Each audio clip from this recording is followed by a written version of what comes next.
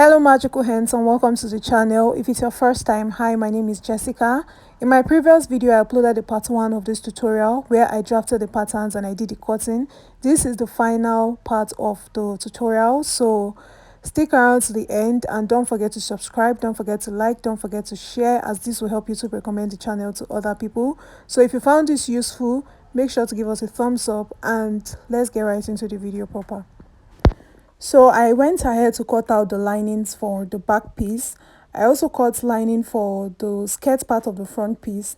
And also you can see I have both my sleeves, one for the left and one for the right, which I already cut in the part 1 of this video. And the collar, I cut my collar in 2 separate pieces. So I'm just going to fold it, so I'll place it so you can see what it looks like, same way we cut out the patterns. Now I'm going to focus on the top part of the front piece and I'll go ahead to cut out the linings. So you see the part that is the lapel, that part is supposed to have the main part of the fabric. So after I cut out the actual lining, I'm going to trim from the midpoint of my shoulder towards the lapel area, so that by the time I fold the lapel, I will not have a white lining showing, rather I will have the same fabric showing. I hope my explanation makes sense. So that part that I cut out for, which is the lining, I'm going to transfer it to the main fabric. I also added up the necessary allowance to that part. So I'm going to take this over to my sewing machine and I'm going to join this. Remember, we have 2 linings. I'm going to join them to the lining. So that is what the lining of the front top piece is going to look like. So I have sewed it up already and this is what it looks like. I have both of them, one for the left and one for the right. Now that I've gotten the lining, I'm going to start sewing the darts, as you can see with my pink chalk. So I'm going to sew the darts on all the pieces and make sure that anything you are doing to your main fabric, make sure you do it to the lining fabric. So this is the front pieces of everything. I have sewn the darts and this is what it is all looking like. And if you watch the part 1, I'm sure you understand what is going on. So it's very important you watch the part 1 of this video. And also this is the back piece that we cut on fold, and I've already sewn the dart as well. So I'm just going to assemble everything so that we'll understand how the whole pieces are supposed to look like. So I've placed the skirt part on the back piece and I'm going to place the top part on the back piece so you can see what it's looking like. So this is what our dress is supposed to look like. So I'm going to keep the skirt aside and I'll start working with the top part. So first of all, I'm going to flip this to the right face and I'm going to place the front on it, that is right face facing the right face, so that way I'll be able to sew up the shoulders. I can join them together. So I'm going to sew this, and after I am done sewing the shoulder, we'll have something looking like this. So now we are going to move on to attaching the collar to this. So I folded one of the collar, just one of them, and I found the midpoints. This will enable me sew accurately. So I will also fold the neckline of the whole blouse or dress, and I'm going to find the midpoint of the neckline. So just make sure that the shoulders are lined properly, and where I have the midpoint, that is where I'm going to join the midpoint of the collar to. So that way we can accurately sew the collar to the dress. So I'm going to also place the collar on the fabric, right face facing the right face, and I'll take to my sewing machine to sew. So I will start from the midpoint so that I can have more control of this while I am sewing. So start sewing from the midpoint. When you are done with one end, you can move on to the other end. Also, one mistake that I did, that I noticed after I'd finished sewing, is that I did not add paper stay to the collar and to the lapel. So while you're making yours, please add paper stay to the collar and to the lapel. That way it will help your collar and your lapel to iron easily. You understand? Like, it will allow you to respond easily to the iron. I was literally struggling while I was ironing, but at the end of the day it also still turned out well. But it would be easier if I had added a paper stay to the collar and to the lapel. So this is to let you guys know to add a paper stay to yours. So now that I've joined the collar, I'm just going to arrange everything properly. You can literally see me crawling on the floor. And just to show you guys what we've done so far, this is what everything looks like for now. So the next step will be to attach the lining piece of this to the main fabric. And all this process we did to the main fabric, you have to repeat this same process to the lining as well. So I'll place my lining on the main fabric, right face touching the right face. Also, I'll take my time to arrange this properly so that everything aligns, and if anyone is longer than the other, this is the point where I can start trimming. I'll sew as indicated. I'm going to sew the seams. I'm just going to hold in very tiny, let me say 1/4 of an inch all through, and I'm not going to sew the armhole.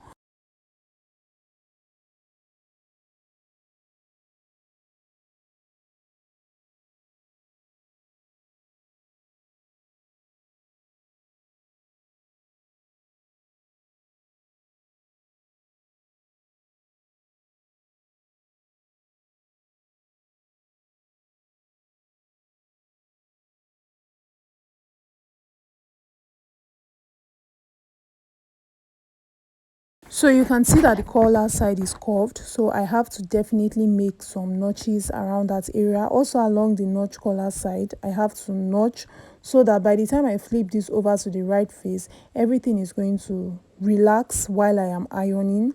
So now I can pull this over to sew the lower parts so that I can turn it over. So the reason why I didn't do this earlier was because I didn't want to confuse us. So I just finished the part for the front before I'll go ahead to do the back. After I have turned the lower bodice, I'm going to flip everything over to the right face through the armhole. Remember, we did not turn the armhole, so we're going to now turn everything to the right face.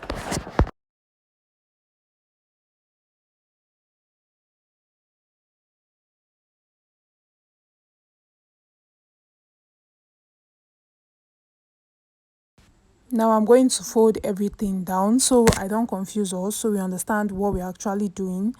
So this is what it looks like for now. This is what everything looks like after I have turned it over. This fabric has this whole marker right up, you know, all these things that comes with fabric supplies. So I was actually worried about this when I was buying the fabric, but they assured me that if I wash it, it will come off. But now I'm thinking that this whole marker thing here is looking like a signature look, and I might take pictures before I wash it off. Over to the skirt parts, you can see I have both the linings, and before I join the lining, you'll see in the picture that this skirt has a pocket, so we're going to do that whole pocket thing before we turn the skirt. I'll place the skirts on each other, and the part that is going to be overlapped, the part on each other will be at least 1 inch wide, because if you remember, we extended our button band down to the full length while we're cutting the patterns. So that whole part is going to be the part of the button band. So my pocket is going to start 1 inch after my dart, and I'm going to chalk this on the skirt. So the reason why I'm chalking this on the skirt is just so that it is accurate. They are both on the same place. So after that 1 inch for button band, I will mark 2 inches inwards. So anything I do to the left side, I will do to the right side. Now I will mark the width of the pocket, how wide I want it to be. So for the top part, I mark 5 inches, and I noticed that this pocket is actually not straight. After I zoomed the picture, I noticed that it was in a triangular shape or in a triangular form.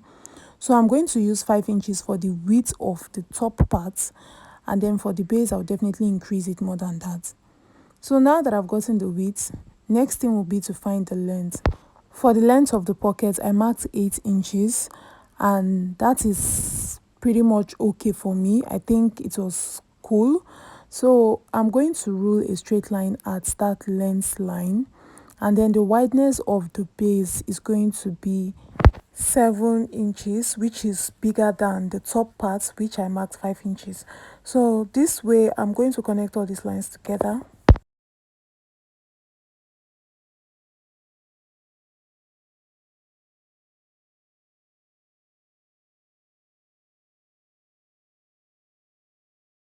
So I went ahead to cut my pockets, and I cut it bigger than the measurements that I marked on the skirt, which is because we are going to be folding in some allowance.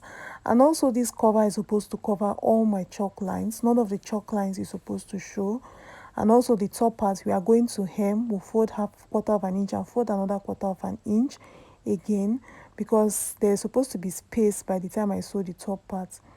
So after I hem the top part, this is what it looks like. And by the time I sew the pocket to it, you'll see that I will still have some space up, which is going to be space for the pocket cover.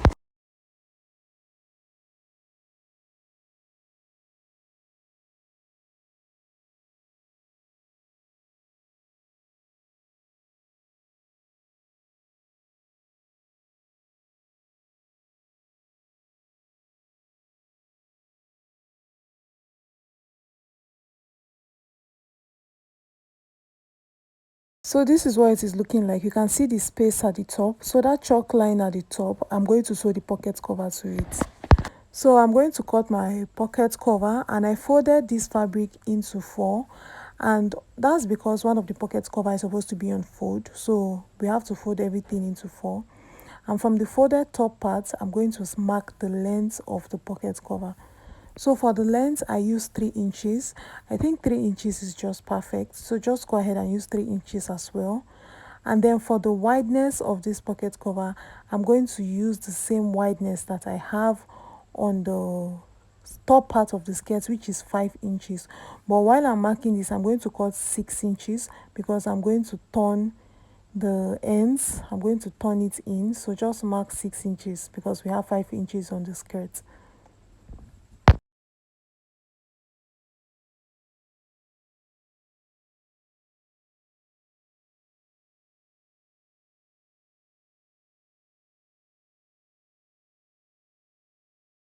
So I flipped everything over to the right face, and I'm going to sew as indicated and then turn the pocket.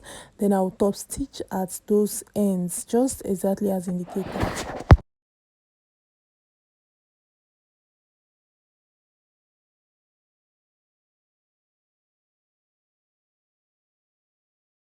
And now this is more like it, so I'll go ahead and use my lining to turn this over.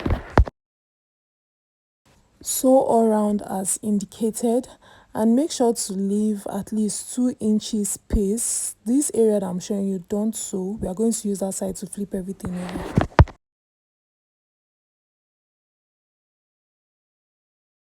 Now we are going to iron all the pieces, every single thing that we have sewn. We are going to iron, take our time to iron properly. And also for the dart area, I'm going to use my ham, the tailor's ham, to flatten out the dart so that it is not pointed. So take your time to iron properly.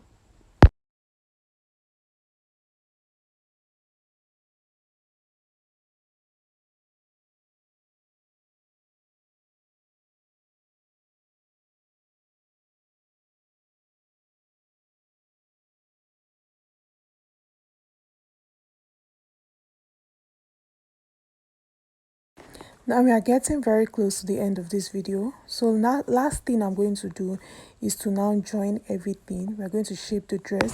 So if you remember when we did the pattern drafting, I told you guys to notch on the main fabric of the back piece, and that way to enable us to sew properly. So I'll be using my pins to secure everything, which I'll be using needles because I lost all of my pins. So we are going to pin this top to the cut, that is the notch at the lower side. Remember that the top part is supposed to come down while the skirt is supposed to go upwards. So pin it to exactly where I have that cut. Now for the skirt, I'm going to place it as seen, and I'm also going to pin the skirt to the top part of this, okay? So make sure that it is rightly placed on that side, and you will see that the length of the whole dress actually aligns. Everything is in place. So this is the main thing, the whole crisscross thing. And by the time you pin this together, you can go ahead and sew out the remaining sewing allowance that you have left. Remember, I already used 1/4 inch to turn everything in, and I'm going to sew as indicated. After sewing, this is what it looks like. So for my bottom band, I will be using hook and eye. I'm just going to use my needle and thread to sew that up. So this is a closer view of what we did by the side. Guys, this brings us to the end of this tutorial. I hope you learned something new. If you have a question, let us know in the comment section, and also don't forget to subscribe so you get more videos like this from us. And that being said, see you guys in my next tutorial. Bye. And then of course for the final touch, we are definitely going to add our sleeves. So for the base of the sleeves, I use my hemming gum to hem so that it looks more neat and more professional. And also I did not like the result of my sleeve after this tutorial. I did not like the length of the sleeve. I wish it was longer.